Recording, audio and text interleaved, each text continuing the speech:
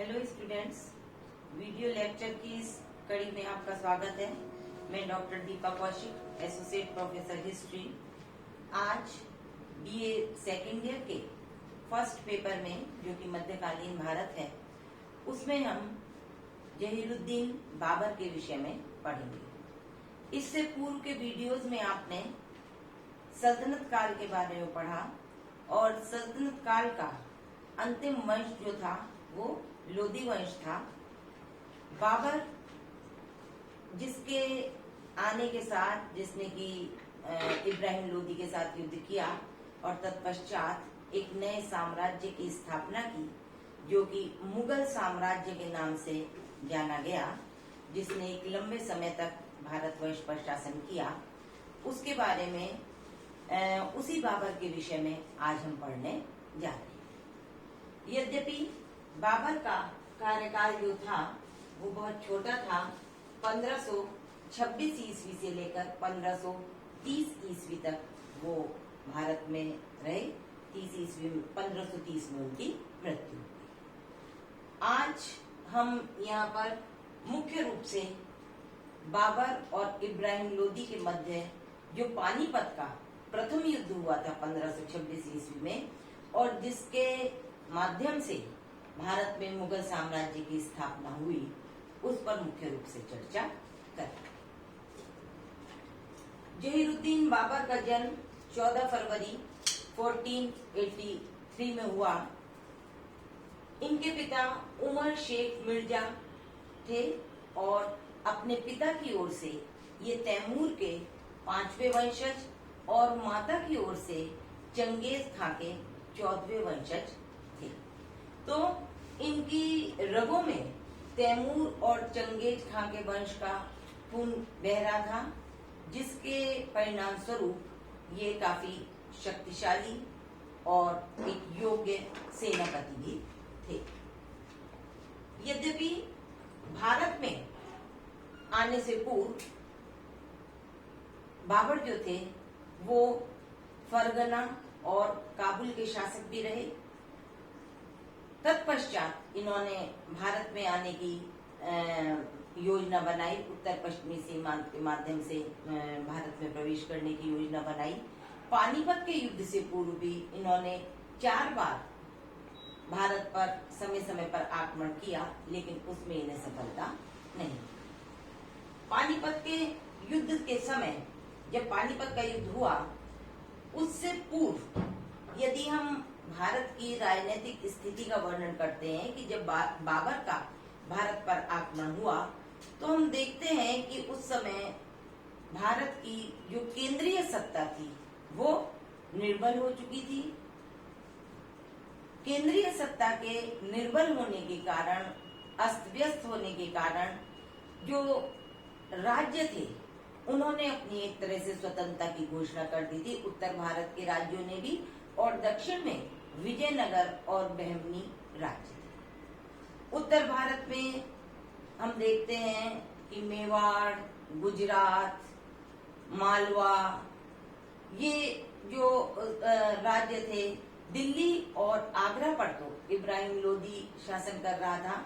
यद्यपि उसकी का राज्य जो था वो पंजाब और बिहार तक, पंजाब और बिहार में विस्तृत था, लेकिन यहाँ के भी जो शासक थे वो अपनी स्वतंत्रता की उन्होंने घोषणा कर दी थी। बिहार का दरिया खान लोहानी और पंजाब का सूबेदार जो था दौलत खान लोदी, जो कि इब्राहिम लोदी का चचेरा भाई था, वो भी इब्राहिम लोदी को गद्दी से हटाकर स्वयं गद्दी पर बैठना चाहता था, और इसलिए इस संदर्भ में उसने बाबर से बातचीत भी की थी। तो हम देखते हैं उधर उसका जो चाचा थे, इब्राहिम लोदी के चाचा आसफ खां, वो भी इब्राहिम लोदी को हटाकर एक स्वतंत्र शासक के रूप में गद्दी पर बैठना चाहते थे। तो संपूर्ण राज्य अस्त व्यस्त था। लोगों ने अपनी स्वतंत्रता की घोषणा कर दी। राजनीतिक स्थिति कमजोर थी, आपसी एकता का अभाव था, और किसी भी विदेशी आक्रमणकारी के लिए यही चीजें आवश्यक होती हैं कि जब देश की राजनीतिक व्यवस्था दुर्बल हो चुकी हो तो वो उसका फायदा उठाकर गद्दी पर अधिकार कर सकता है या वहां पर आक्रमण करके अपना राज्य की दिशा में आगे प्रयास कर सकता है। तो अब हम बात करते हैं पानीपत के प्रथम युद्ध की। ये तो आपको पता ही है कि ये बाबर और इब्राहिम लोदी लोदी वंश का अंतिम शासक था। ये युद्ध हुआ था 21 अप्रैल 1526 ईस्वी को, लेकिन बाबर की सेनाएं जो हैं वो नवंबर 1525 में भारत की सीमाओं में प्रवेश कर चुकी थी पंजाब के रास्ते से, और पंजाब में इन्हें जब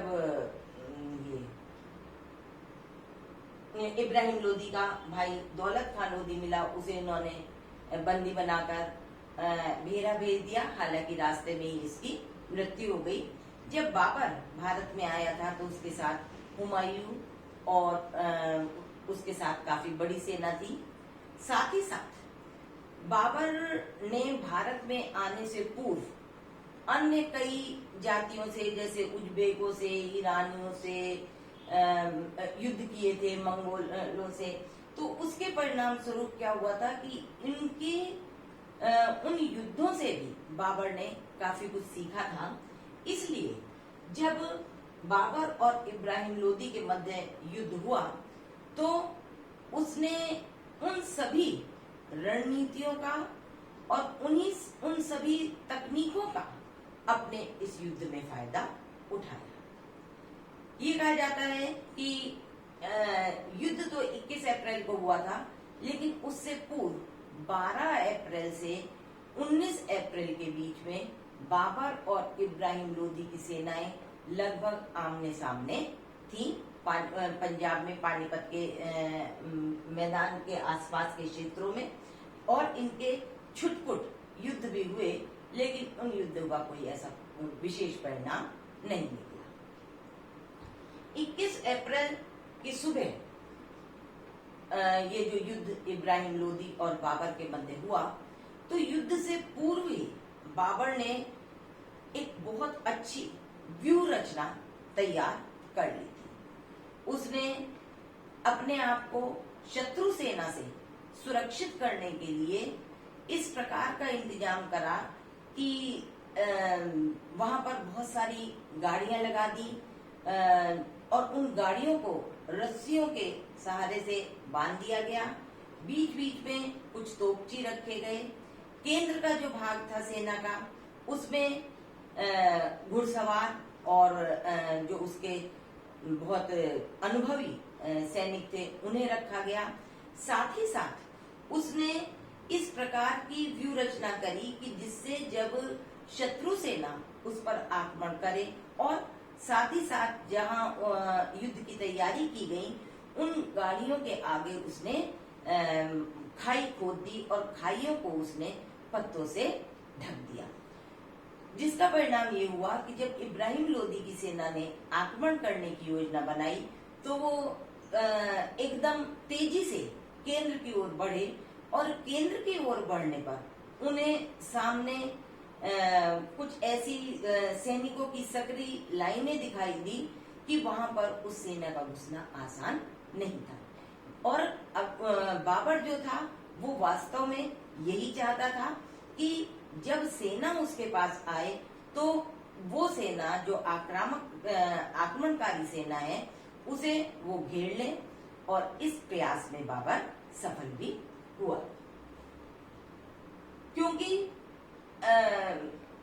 और यहाँ पर हम देखते हैं कि युद्ध का परिणाम क्या हुआ, कि युद्ध का परिणाम हुआ कि बाबर इस युद्ध में विजयी हुआ। जैसे ही इब्राहिम लोदी की सेनाएं उधर की ओर प्रवेश करी, उसकी सेना को बाबर की सेना ने इस प्रकार से घेर लिया कि उन्हें बचकर निकलना संभव नहीं था। बहुत बड़ी संख्या में उनके सैनिक घायल हुए। साथ ही साथ बाबर, जैसे कि मैंने बताया था कि बाबर ने इससे पहले उज्बेकों से, तुर्कों और ईरानियों के साथ युद्ध किया था, तो उज़्बेकों से उसने तुलगमा युद्ध पद्धति सीखी थी। ईरानियों से उसने बंदूक चलाने की कला सीखी थी। तुर्कों से उसे सर्वश्रेष्ठ घोड़े प्राप्त हुए और घुड़सवारी सीखी। और उस्ताद अली जो थे वो उसकी सेना के मुख्य तोपची थे। तो इन सब लोगों ने इस तरह की व्यूह रचना करी। और जब इब्राहिम लोदी की सेना लगभग बाबर की सेना के मध्य में पहुंच गई, तो जो तुलगमा सेना के दाईं और बाईं ओर जो उसने घुड़सवार खड़े कर रखे थे, उन्होंने घूमकर पीछे से इब्राहिम लोदी की सेना को घेर लिया। और पीछे से घेरने के पश्चात परिणाम ये हुआ कि इब्राहिम लोदी की सेना पूरी तरह से गिर गई। और फिर जो बाबर की सेना के तीरंदाज थे, उन्होंने उन पर आक्रमण करके उन्हें घायल कर दिया। साथ ही यदि हम बाबर और इब्राहिम लोदी की सेना की तुलना करें तो बाबर ने अपनी पुस्तक बाबरनामा में लिखा है कि उसके पास 12,000 सैनिक थे। रशबुक विलियम्स जो है वो ये कहते हैं कि बाबर के पास 8,000 सैनिक थे। और उसकी तुलना में इल्तुतमिश के पास काफी अधिक मात्रा में सैनिक, हाथी आदि विद्यमान थे। लेकिन क्योंकि बाबर एक युद्ध करते करते और फिर उसमें एक सीखने की जो ललक थी, उसके परिणाम स्वरूप बाबर एक बहुत अनुभवी सेनानायक बन गया था। इस कारण पानीपत के युद्ध में इब्राहिम लोदी की सेना परास्त हुई। और इब्राहिम लोदी की सेना के परास्त होते ही भारत का इतिहास जो है, जिस पे अभी तक लोदी वंश शासन कर रहा था, वो बदल गया और एक नए वंश की, जो कि मुगल वंश के नाम से जाना गया, उसकी स्थापना हो गई। यद्यपि बाबर को भी प्रारंभ में उसने फरगना और समरकंद के शासक के रूप में बार बार संघर्ष किया। कुछ समय वो राज्य करता था, तत्पश्चात उसे दर दर भटकना पड़ता था। तो ये कहा जाता है कि भारत पर आक्रमण करने के पश्चात अब उसके ये जो निरंतर दर दर भटकने वाले दिन हैं, वो पूर्ण रूप से समाप्त हो गए थे। और बाबर द्वारा ये जो राज्य स्थापित किया गया, इसमें कुछ समय को यदि हम शेरशाह के समय को छोड़ दें तो उसके उन वर्षों को छोड़कर बाबर या मुगल साम्राज्य ने एक लंबे समय तक भारत पर अपना शासन किया। तो जो अफगान शासक, जो कि अफगान शासकों का राज्य चल रहा था, वो अब समाप्त हो गया और अफगानों का स्थान अब किसने ले लिया? मुगलों ने ले लिया। अब हम बाबर की सफलता के कारणों पर विचार करते हैं कि जैसा मैंने बताया कि बाबर एक कुशल सेनापति था। कुशल सेनापति का केवल यही कार्य नहीं है कि वो युद्ध में किस प्रकार की कुशलता निभा रहा है, बल्कि कि युद्ध से पूर्व किस प्रकार वो व्यूह रचना कर रहा है, किस प्रकार वो अपने सैनिकों को युद्ध के लिए प्रोत्साहित कर रहा है, किस प्रकार वो उनकी समस्त आवश्यकताओं की पूर्ति करते हुए उनका ध्यान रख रहा है। तो ये कहा जाता है कि जब पंजाब में इन लोगों ने प्रवेश किया, उसके पश्चात बाबर ने अपनी सेना को कुछ समय विश्राम के लिए भी दिया। दूसरी तरफ इब्राहिम लोदी जो था, उसने जब उसे पता चला कि बाबर युद्ध की तैयारी कर रहा है, तो वो एक तो उसकी सेना में बहुत ज्यादा कुशल सैनिक नहीं थे। इब्राहिम लोदी स्वयं भी कोई कुशल सेनापति नहीं था। उसने जो युद्ध की योजना बनाई वो भी बहुत सुविचारित ढंग से नहीं बनाई। सीधा केंद्र पर उसने प्रहार किया और सीधा केंद्र पर प्रहार करने के कारण जो बाबर की व्यूह रचना थी, और बाबर के पास क्योंकि कुशल सेनापति थे, तोपची थे और तुलगमा युद्ध पद्धति का वो प्रयोग कर रहा था, अश्व थे, ये सब बाबर की सेना की सफलता के कारण सिद्ध हुए। कुशल व्यूह रचना वही कि क्योंकि इब्राहिम लोदी ने युद्ध से पूर्व कि किस प्रकार से युद्ध की योजना बनाई जाए ऐसी कोई सोच विचार नहीं किया। सीधे डायरेक्ट युद्ध करने का परिणाम ये हुआ कि उसकी सेना शीघ्र ही शत्रुओं से घिर गई और शत्रुओं से घिरने के पश्चात वो बड़ी संख्या में हताहत हुए और विजयश्री जो थी वो बाबर के हाथ लगी।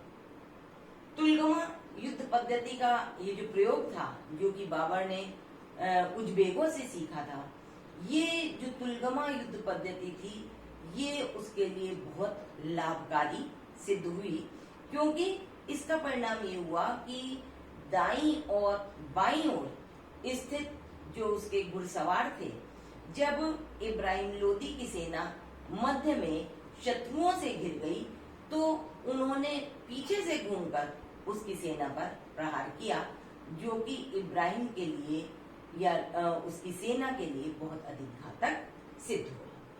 तत्पश्चात हम देखते हैं कि अभी तक जो साथ ही इब्राहिम लोदी की सेना में हाथियों की संख्या ज्यादा थी। हाथियों की संख्या होने के कारण हाथी जो थे जब युद्ध पीक पर पहुंचा और इधर उधर सैनिक एक दूसरे स्थान पर भागने लगे, तब उन हाथियों ने अपनी सेना को रौंद डाला, जिसका परिणाम ये हुआ कि बहुत से सैनिक इब्राहिम लोदी की सेना के या अफगान सेना के घायल हो गए। तोप खाने का प्रयोग ये एक नवीन प्रयोग था, क्योंकि अभी तक जो बाबर है, बाबर ने ही सबसे पहले अपने आक्रमण में पानीपत के प्रथम युद्ध में तोप खाने का प्रयोग किया।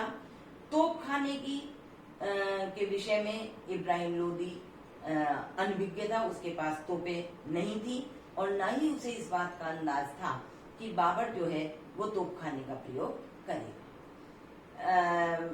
उस समय की वैसे भी भारत में की तुलना में जो इनके पास बाबर के पास तोप खाना था, उनकी तोपें हल्की और एक स्थान से दूसरे स्थान पर ले जाने में सुगम थी।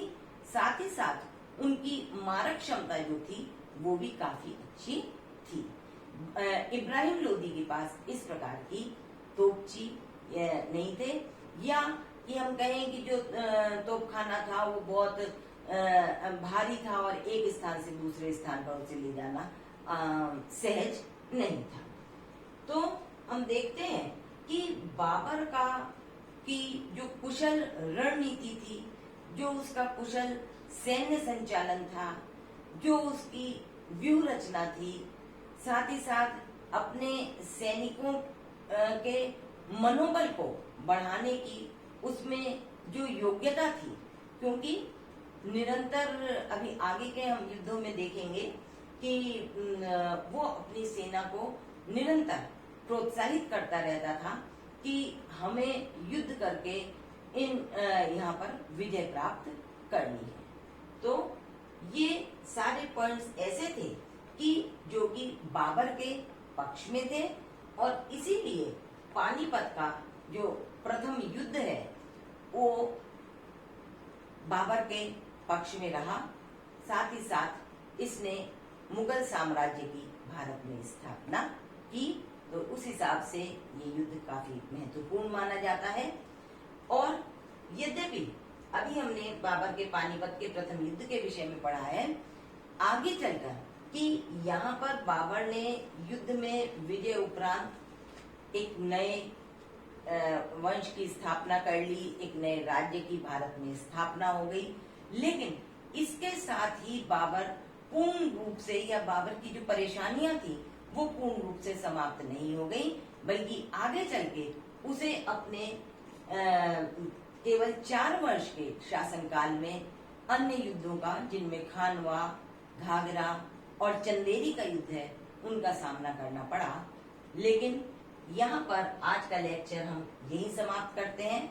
हमारे नेक्स्ट जो वीडियो होगा उसमें हम अन्य युद्धों के विषय में चर्चा करेंगे। Thank you.